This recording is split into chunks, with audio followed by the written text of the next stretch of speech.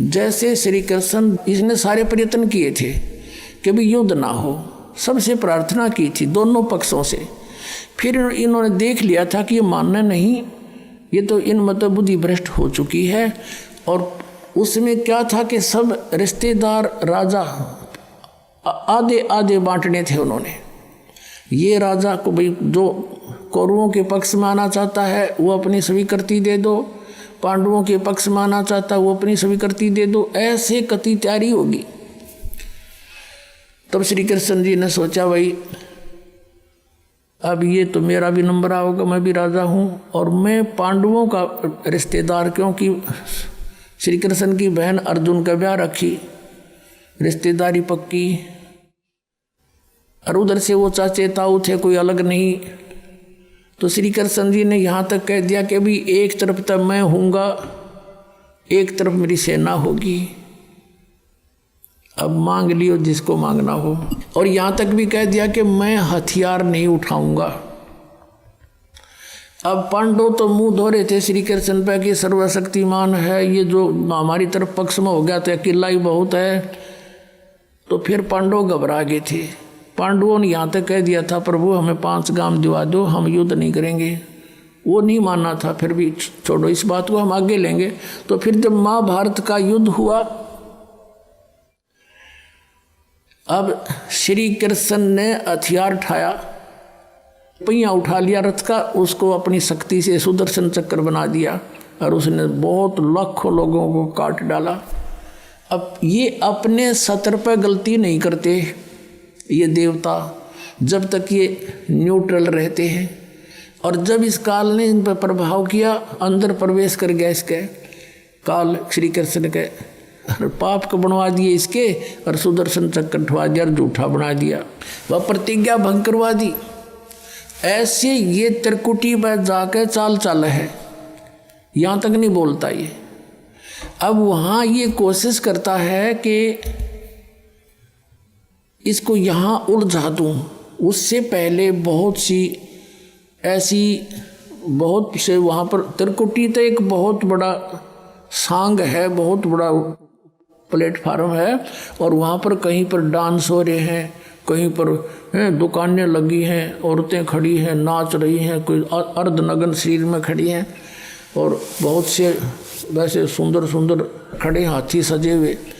तो ये जीव वहाँ जाकर बिचल जाता है। सब ये नकली गुरु भी वहीं खड़े हैं। नकली गुरुओं का रूप बनाकर तो काल आता है, और अपने असली गुरु का रूप बनाकर परमात्मा आते। इस दास के रूप में आपको त्रिकुटी पर उपलब्ध होंगे परमात्मा।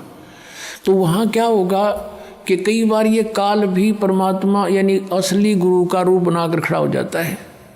तो सबसे पहले आप क्या करोगे, प्रणाम जब करोगे गुरुदेव को, ये स्वभाव तो आपका यहाँ बना ही दिया जाता है, गुरु जी दिखे दंडवत करोगे। दंडवत करते समय एक सतनाम का सुमरण अवश्य करना होता है। 1 सेकंड, ये 10 सेकंड मुश्किल से लगती है। श्वास उस श्वास का स्मरण करें प्रणाम करते समय, और उठ कर जब देखोगे यदि परमात्मा होंगे तो एज इट इज पाओगे, और जब काल होगा दास के रूप में तो उसका स्वरूप बदला पाओगा, ऊपर का कपड़ा हटा पाओगा, उसका असली सूरत मिल जाएगी, तो आप वहाँ से बच जाओगे। अब फिर क्या होगा कि फिर तुम जैसे यहाँ आप देखते हो गुरु जी आगे सारे पीछे पीछे हो लेते हो, तो वहाँ जब मृत्यु होगी आपको सपना सा दिखेगा। जैसे आप किसी ऑफिस में गए हो किसी कामवश, और वहाँ आपका काम फटाफट होता जा रहा है, नहीं होता है तो आप दुखी हो रहे हो, बार बार बैठ कर रो रहे हो, तो ऐसे ही चलेगा वो। तो वहाँ जाते ही जब आपको गुरुजी दिखेंगे, आप एकदम इसी स्वभाव से जो आपकी यहाँ रिहर्सल हो रही है, आपके अंदर जो आस्था कसक पैदा हो रही है, ये वहाँ काम आओगी आपके।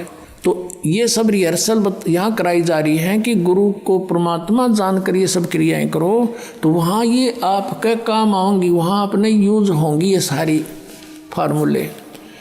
तो जब आपको ये पक्का हो गया कि ये है गुरुजी, फिर आपको ले करके धर्मराज के दरबार में परमात्मा जाएंगे इस दास के रूप में, और धर्मराज से कहेंगे जी इसका हिसाब कर दो, भगवान का आदेश है, आप लो अपना ये एक इसकी कमाई जो तुम्हारे सत्र की वो प्राप्त करो। ओम नाम की कमाई और ये यज्ञों का जो बचा हुआ यहाँ प्रयोग हो गया सो हो गया यज्ञ, फिर भी बचे हुए भी आपको वहाँ देने पड़ेंगे कि आप अपना संभालो, अपने सत्र की, जैसा कि आपके संविधान में लिखा है। ये पवित्र वेद, पवित्र गीता भगवान का संविधान है। इसके विरुद्ध जो कार्य करता है वो दोषी है, चाहे जज है चाहे बिना जज है। तो यहाँ का न्यायाधीश बहुत समझदार है, उसने वो सब समझता है। परमात्मा याद दिलाता है 18वें अध्याय के 66वें श्लोक में लिखा है, सर्वधर्मान परित्यज माम एकम शरणं व्रज। अपने सत्र की जो तुम्हारी है वो अपनी लो, इसकी पूजाएं और इसको छोड़ो, आगे चलेगा ये। तो वहाँ सतनाम के प्रथम मंत्र का जाप हम वहाँ देंगे, यज्ञ दे देंगे, फिर ये वहाँ से चलेगा। फिर वो आगे जागा तो पार ब्रह्म के लोक से हमने पार होना है। वहाँ पर सतनाम के दूसरे मंत्र की कमाई जो श्वास वो श्वास से की हुई है, ये उसके दरबार में जाकर अक्षर पुरुष यानी परब्रह्म के लोक में जा करके उसको देंगे, वो आगे जाने अलाउड कर देगा। उसके 7 संग ब्रह्मांडों से पार होना हमने सहयोग देगा वहाँ से, वो वहाँ तक जाने का उस टैक्स के बदले में।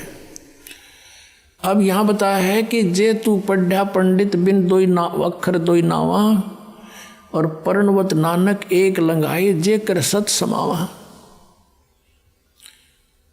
अब ये 2 अक्षर का नाम जो सतनाम है ये हमें भंवर गुफा तक पहुंचा देगा। भंवर गुफा है, जैसे अभी तक हमने 10 द्वार सुने थे, तो यहाँ परमात्मा ने गरीबदास साहिब जी के माध्यम से कहा है कि 12 मद मैल मठ बोरे बहुर ना दे धरे रे। वो तो 12वें द्वार को पार करके है वो मठ, वो स्थान, वो ठोड़ ठिकाना। फिर जहाँ जाने के बाद बहुर ना दे धरे रे, फिर दोबारा जन्म कभी नहीं होता। एक 10वां द्वार तो इस शरीर से निकलना है। ये शरीर और एक ब्रह्मांड एक है, इससे निकल गया। कई योगी देखे यहाँ से शरीर फोड़ जाते हैं। यहाँ एक काग बोलते हैं इसको, स्थान को काग। छोटे से बच्चे को आप देखोगे नरम नरम स्थान होता है, वो कई बार नीचे हो जाता है तो उसको एक देसी इलाज से ऊपर उठाते हैं हाथ से, तो इसको फोड़ के वो बाहर निकल जाते हैं। वो कहते हैं जिसकी मृत्यु यहाँ से हुई हो ना, उस योगी को कहा करते इसने ब्रह्मांड फोड़ दिया। ब्रह्मांड फोड़ दिया के अकेला तोड़ दिया। ब्रह्मांड के बीच में, प्रत्येक ब्रह्मांड के बीच में वो क्यों प्लेस है, खाली स्थान बहुत लंबा चौड़ा। ये फिर वहाँ धक्के खाएं जाओ, उसका वहाँ के चक्कर काटें जाओ, ठंडी ठंडी लगती रहे और वहाँ इसकी कमाई पूरी हो जाएगी, फिर वापस नरक में।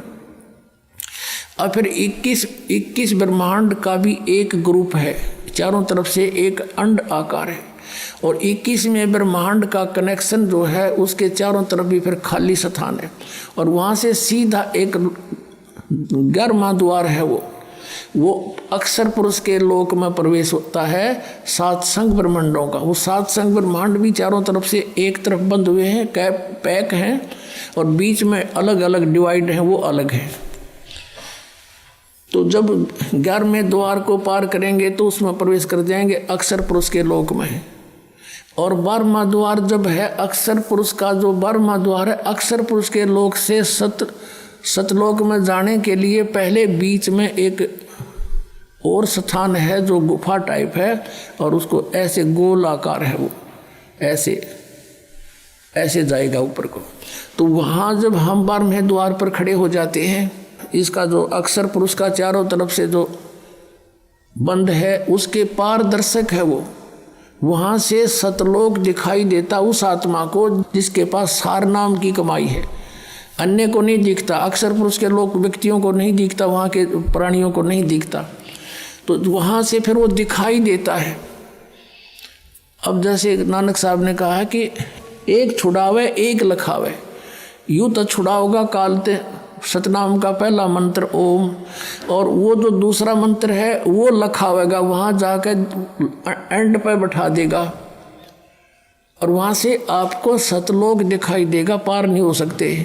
सार नाम है जिसके पास, तो फिर वो आगे उस भंवर गुफा से पार करके और फिर आपको 12वां द्वार पार करके तब परमात्मा का वो मठ है, वो स्थान है, सतलोक है, जहाँ जाने के बाद साधक फिर लौट कर कभी संसार में नहीं आते।